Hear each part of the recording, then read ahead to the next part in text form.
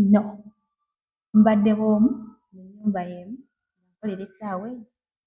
Olunaku just essaawa emu? Essaawa endala zonna n'owummula? Mba neebase. Ddayo. Bwe mba siri ku WhatsApp. Ddayo. Mbeera ku. Ddayo okole. Straight at Aromatic Entertainment. Today ndi wa mukisa. Si wa mukisa? Nze wa mukisa. Today ndi wa mukisa okubeera nga channel yange eya Maurice Jordan's Media. Njagala okusooka okubeebaza mwenna guys subscribing, liking, commenting and sharing. Mwebale kuwagira Aromatic Entertainment. Mwebale kuwagira ebintu Maurice Jordan's Kaweesa byakola. Olyawo if it wasn't you guys. Nalibadde sikimaking. Tegusooka okubeera nga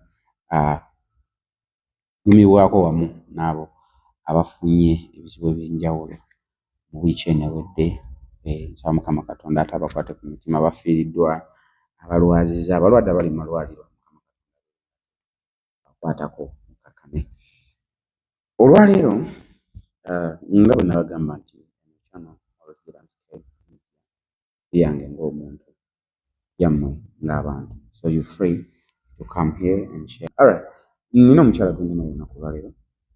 Njagala asooka abenyanjulire tugende mu maaso. Nsokulaba.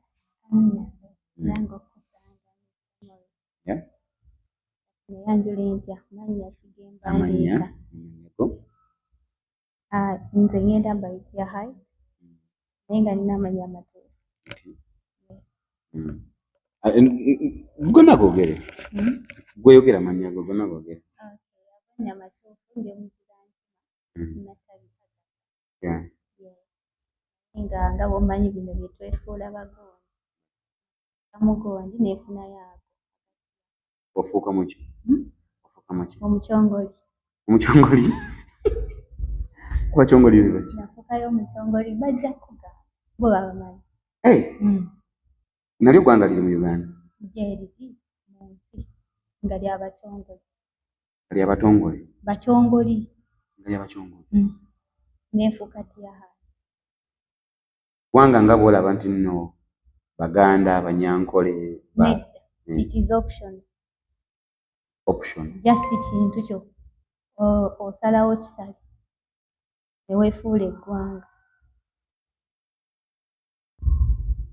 So kati gwe weefuula ggwanga? Neefuula eggwanga eryange.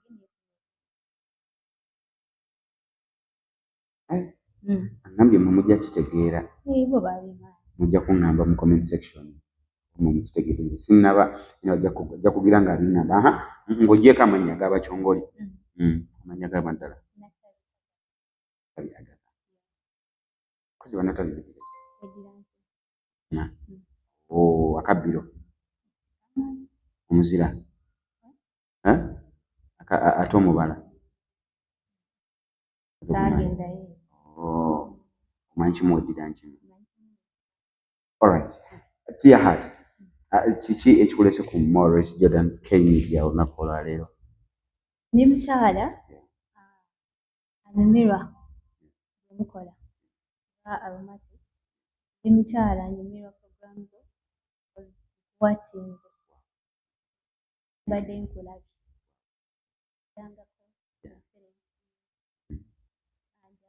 Ndi mukyala. Obadde wa? Mba ne Saudi Arabia. Oh, okay. Wow, kulikayo. Wow, nice. Wavaayo dda, eh? Not really. Just a week. Just a week? 4 days. 4 days? Oh, wow. We were talking when I was still there. Yeah, that is why I told you. House managers mbatumidde ku nnyo. Banjagala nnyo abo abantu. House managers. Mwana muli wakabi nnyo. House manager munna mwenza amulina. Tyaha. So, and I'm a woman who loves films. Njagala kye bayita film lwakuba nti yannema. Kati nga tetunaba kugenda eyo. Katono nnyo. Ekiyumba gwe kikwesiza kitya? Ekiyumba, first of all ndi mukyala mulokole. Nagenda ndokose. Kati omuntu yenna bw'olokoka, things get better. Actually, kyalibadde ekizibu kifuuka kyangu. Nti mu ngeri ki? You'll be contented. with whatever you receive. Whatever that you receive, whatever that comes, Yeah. you know you have a file. Yeah. Umuntu yenna ne bw'aba akubanisiza cannot hit you hard. Yeah. Watch the game. I know. At least we can give different scriptures saying Yeah. that. Okay. Kati nze bwe ngenda natuuka mu nyumba somebody who is very lazy. Omukazi omunafu ddala n'entambula yange yokka ekumalako emirembe. Watch the game. Kati Entambula yo y'abanafu. Before nga sinagenda twagenda mu bagiyita training. Dama bannange nga bagamba manchi olina okola. Nga bagamba ddeeka. Tugende tukolere. Ojja tuwa account number. Ojja kudropingirako waki 50, 10, how much? Kyonna kye tunaasobola ofune ky'olya. Naye n'entambula yokka omuwala bw'aba yakutemyeko ddomu. Lwaki antema omutwe olw'entambula? Abantu bano baamalamu amaanyi. Naye because I had God and I had spoken about it. Reaching there, nga kalina ssatu. Mbadde nsula, baali bannongosereza. Obadde osula? Bwe nali nsula. Nga bakulongoserezaawo? Nga baali bannongoserezaawo. Nga sifumba sikola ki, naye ntuuka mu nnyumba ya kalina. Ogamba nti nno nga gwe obadde osula wano e Uganda, babadde bakulongoserezaawo. Kati otuuka eri. Nga buli kimu bakinkolera. Ntuuka eri. Ntuuka n'enkunga. Alamu. Omukazi ng'ayogera mu kambo. Ngamba wali nsonga. Nyambusa mu kaloomu mwennyina okusoma. Nakuba omulanga. Nengamba Mukama bw'oti bw'ompaddeyo sibuyasi. Bakutuusiza mu kaloomu. Mu nnyumba mu luumu mwennyina okusoma. Yokya. Ya ese waffe tetubimanyi. Ese. Nga luumu yali ekyo kubanga yali eteekeza samusayini nga teekola teri muntu. Nga Mukama ampadde nakaaba n'enkuba omulanga. Olw'okusaba bakuze? Olw'okusaba bakuze? Nga wakatuuka. Oba wali osazeewo okole? Remember, wabeerawo kye bayita trial, that is 3 months, 90 days. Kati kwolwo nga nakatuuka nali sinnamanya kigenda maaso naye just appearance yantiisa. Appearance ya kalina ssatu. Ruumu mwolina osula wookya. Kati nga nina okuddayo mugambe neetaaga awannyogoga. Kubanga baali babitusomesezza eyo. Naye osobola okwogera naye. Ate Oluwarabu sirumanyi. Kati oddayo mugamba. Ate nzirayo ennyini yamanya. Naye eno gyentadde omuntu. Wakaaba ekitegeeza? Nakaaba. Nakuba omulanga. N'awulira? N'awulira naddamu nayamba. Najja nateekako esi. Nandaga bwe banyiga ka remote. Akakyusa ewannyogoga? Yes. Neewokya. Oba ojjako gawooti. Oba oyagala kwongezaako bikaba katono. Ngamba okay. But after that, sitting on the bed, eddoboozi ne lingamba, I know your weakness. Manyi obunafu. Olyanga eddoboozi liri kugamba manyi obunafu. Manyi obunafu. That is why like omuntu okujja eri gy'obadde n'akuleeta aba akumanyi aba akutegeera. He knew me. God knew me. Before anyone. So I don't know how long. No. Just a quick, but njagalako just osobola otwa experience nti gyatuuka naye ne biba birungi kye nali nsuubira sikinalaba. So good, yeah. Nyenda ndi mukazi omunafu. Kati alina kyensobola kukola. My first day at work. Okukola. Nakolera essaawa. Non-stop wabula nga baŋŋambako jangu onywa akacaayi. Nga n'omukazi yennyini antunuulira nga gaaki. Ng'okola ky'olwo? Just kusiimuula. Okusiimuula? Just cleaning the house. N'osiimula for 9 hours? For 9 hours.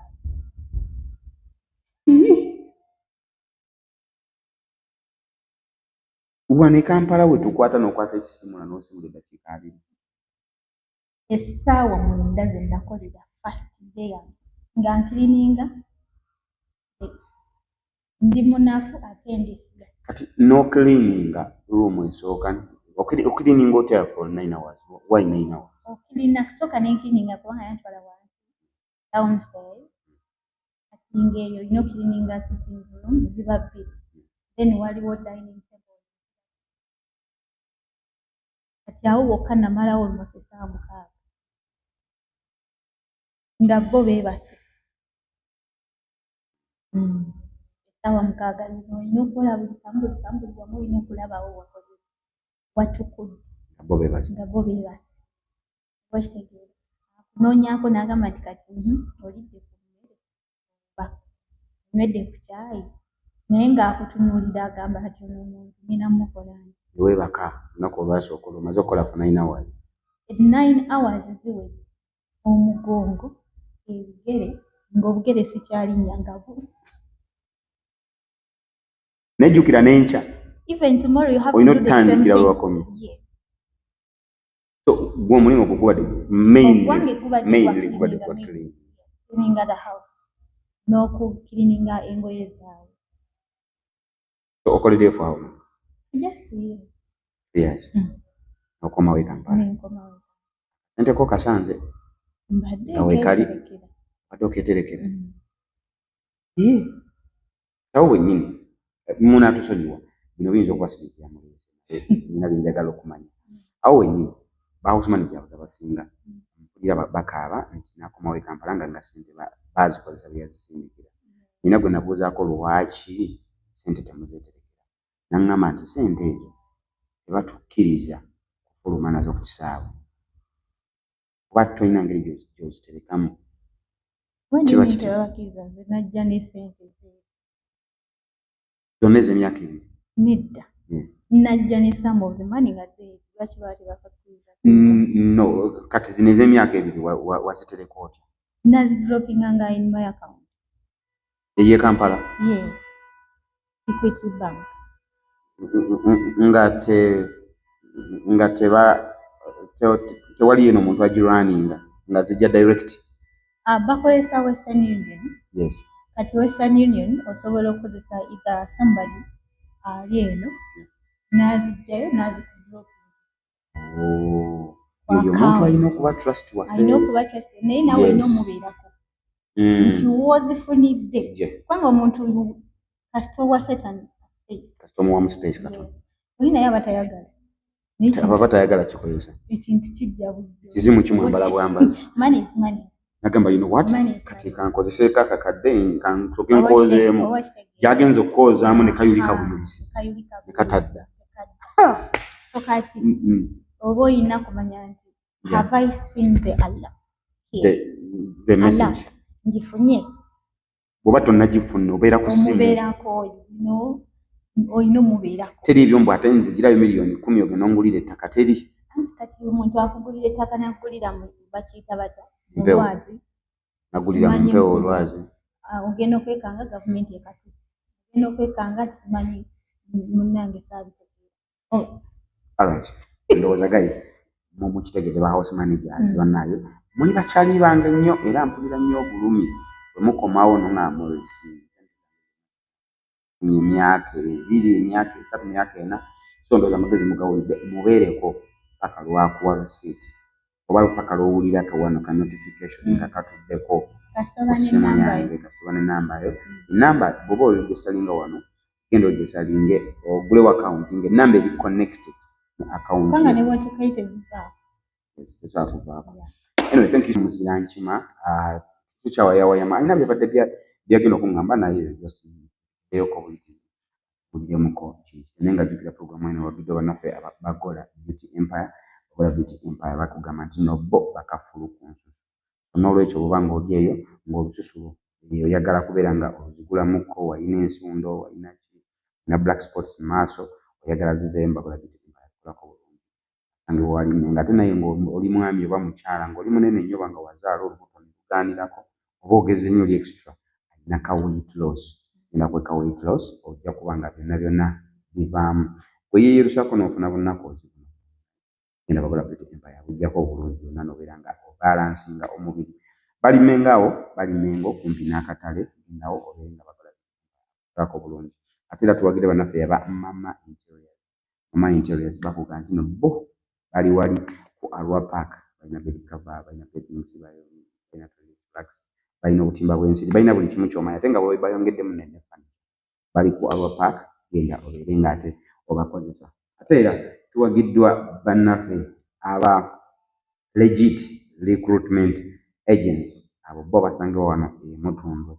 Oyagala kutwala bukola genda legit ekutwale. Oyagala bwasika nebo ebafuna mirimu gy'aba house managers. Emirimu gyabwe nakubanga oyagala wa cleaner, wa security, wa house worker.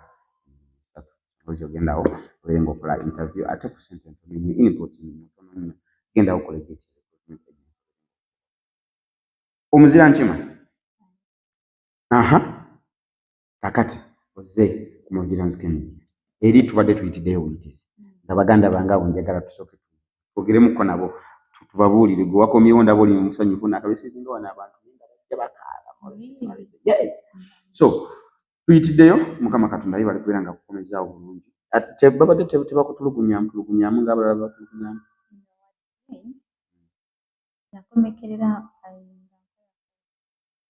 Wow. From 9 to 1 hour a day. How? Because that is what I asked for from God. Come on, like they brought another. No. Mbadde home mu nyumba yemu nkolera essaawa eyo. Olunaku. Just essaawa emu. Essaawa endala zonna n'owummula. Mba neebase. Ddayo. Bwe mba siri ku WhatsApp. Ddayo. Mbeera ku. Ddayo okole. Gwe. Let me give you a little bit of small testimony. Obadde okozesa okolera bazungu. Nga sinagenda nasaba Mukama. A lady yakwata testimony n'agamba nvudde Saudi Arabia nkolera essaawa emu nga bansasula more than even bawa abaana. Oba kitegeeza nga Mukama. Kati kinene ekisooka, Satan brings what we call fear. N'akwambaza okutya. N'akugamba tosobola. Toyinza. You can do nothing. Then when you can do. Nayezuula nga nsobola.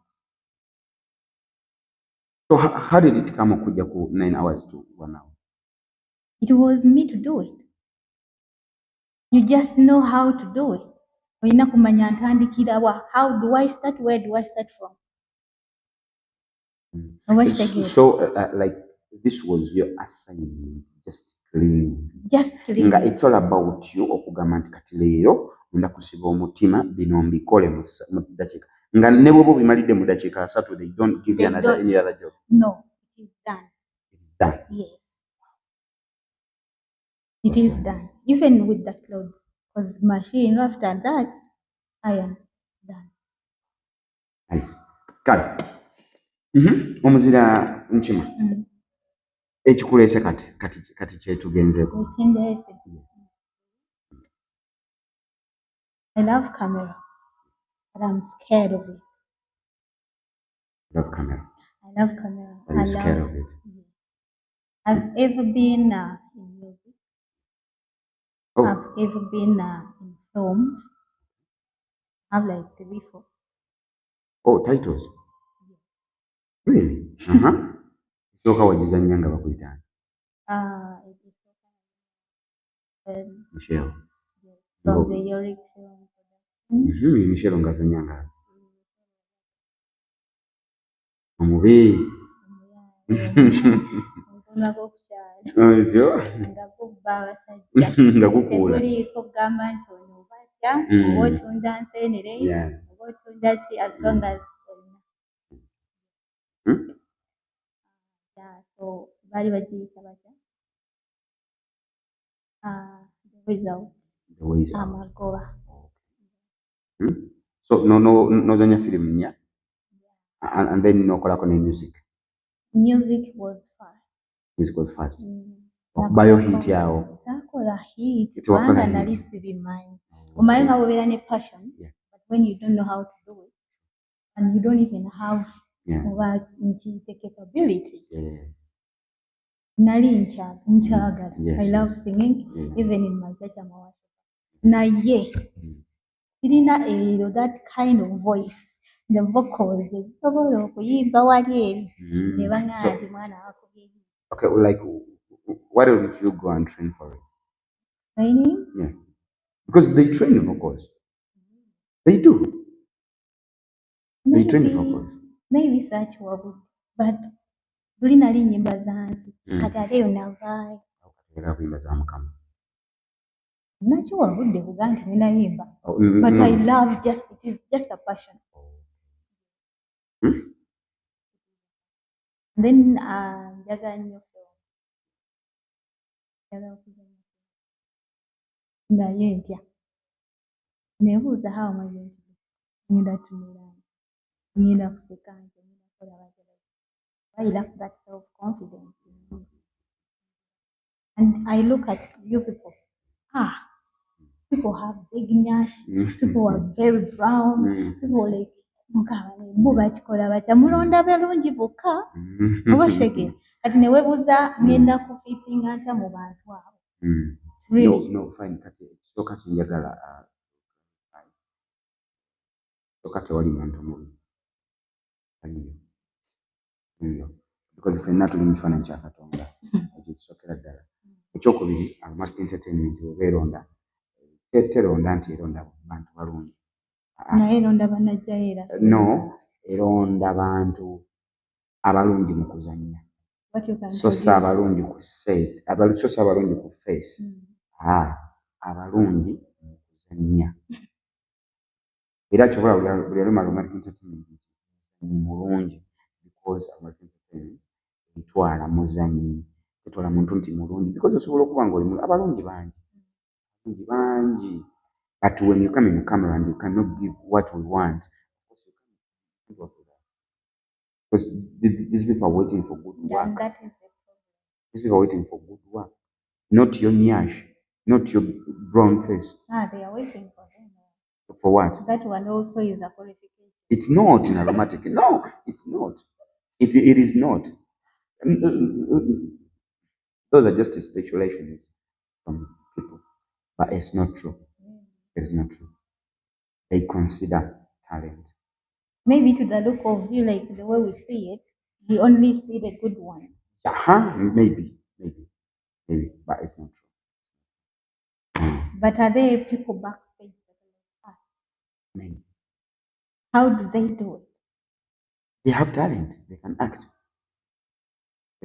Now we lack talent. Maybe, but if you haven't tried something, you can't say you lack it.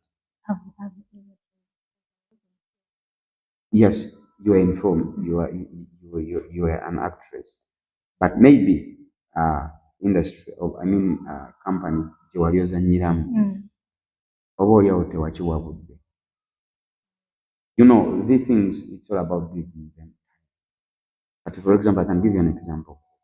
Kugwe kenyini because ogambye at first wali okolera essaawa mwenda n'oyagala n'obbivaako. Singa wakwitinga ku ssaawa ezo omwenda tewali kitegedde nti olunaku lusobola okukya ng'okolera essaawa eno. But because wakiremerako. So ne talent weri. Nti talent leero bw'ozannyayo firimu n'etahiitinga. Nenkya n'ozannya n'etahiitinga n'ogamba kanveeko. But you guys okutulaba ku camera and everywhere. You guys are admiring us. Tetutandise ggulo.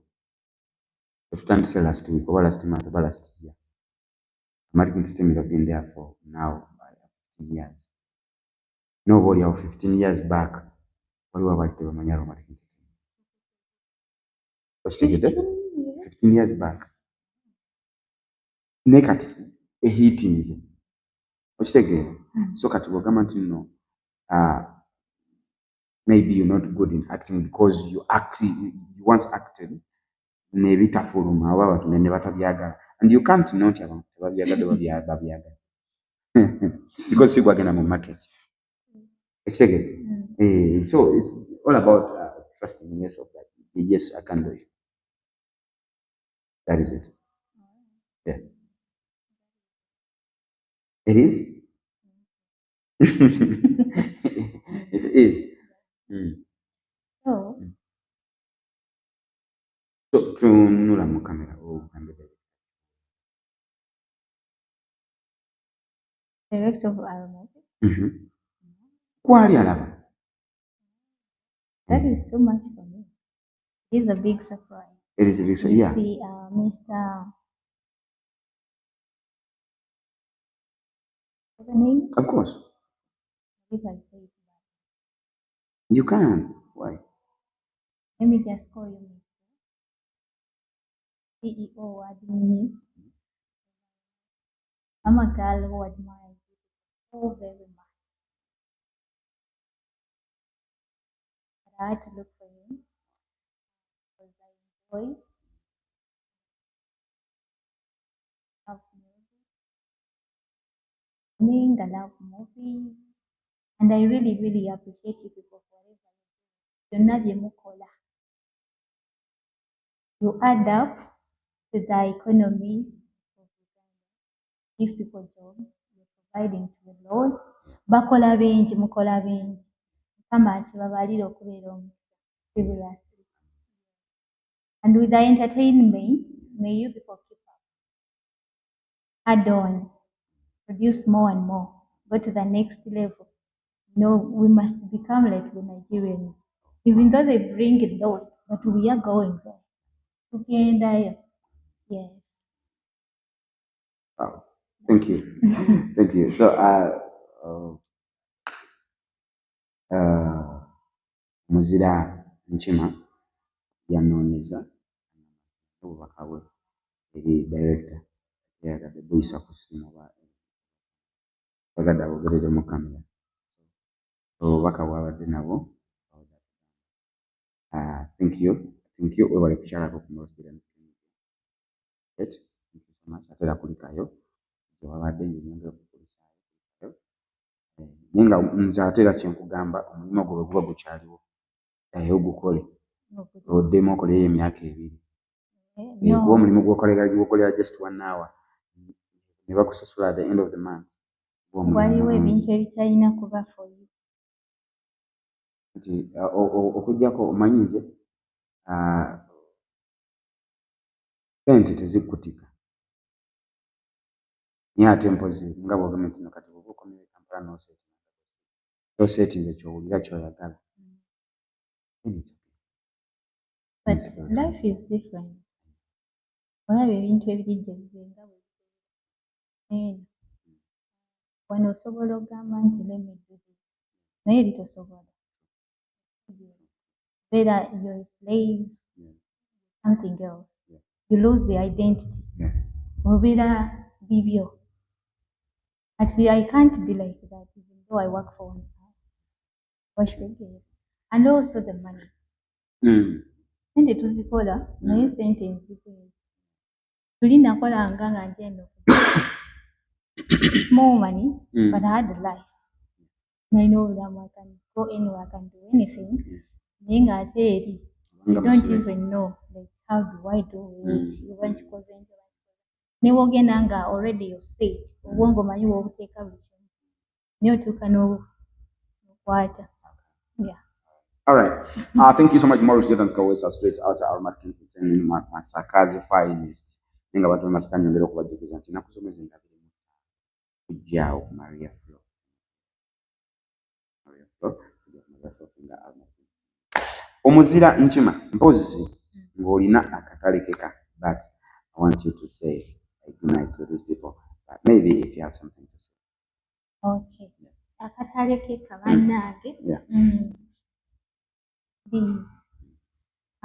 Njagala nnyo ng'abantu bwe babeera awo olaba goodbye ne wakode yagenda. She wasn't that a beautiful lady, but she was a capable woman. Goodbye? Yeah. Ogogo? Yes. Oh, okay. So I may be here nga waliyo omuntu somewhere ayinza okugamba your heart can do this, your heart can do that. I can really do it. Gamba via business, whatever. But in this entertainment industry, yeah. Njaga nnyo okuba omuntu agenda okufuuka something, you know, adding up to also whatever we are producing. Because I'm a script writer, I can script write. I have the dialogue, you understand, but then how to produce it, how to bring it out, that is the problem. So I may not be educated, but I'm learning. Yes, that is it. If you're there watching and you can do, let me be your watch. Let me try you out. You can do it. Very down to earth, good lady. Yeah. But thank you so much. Thank you for watching. And thank you so much for supporting him. Continue doing so. God bless you. All right. Thank you so much, Morris Gideon Kawesa. Mbali netia heart. Have a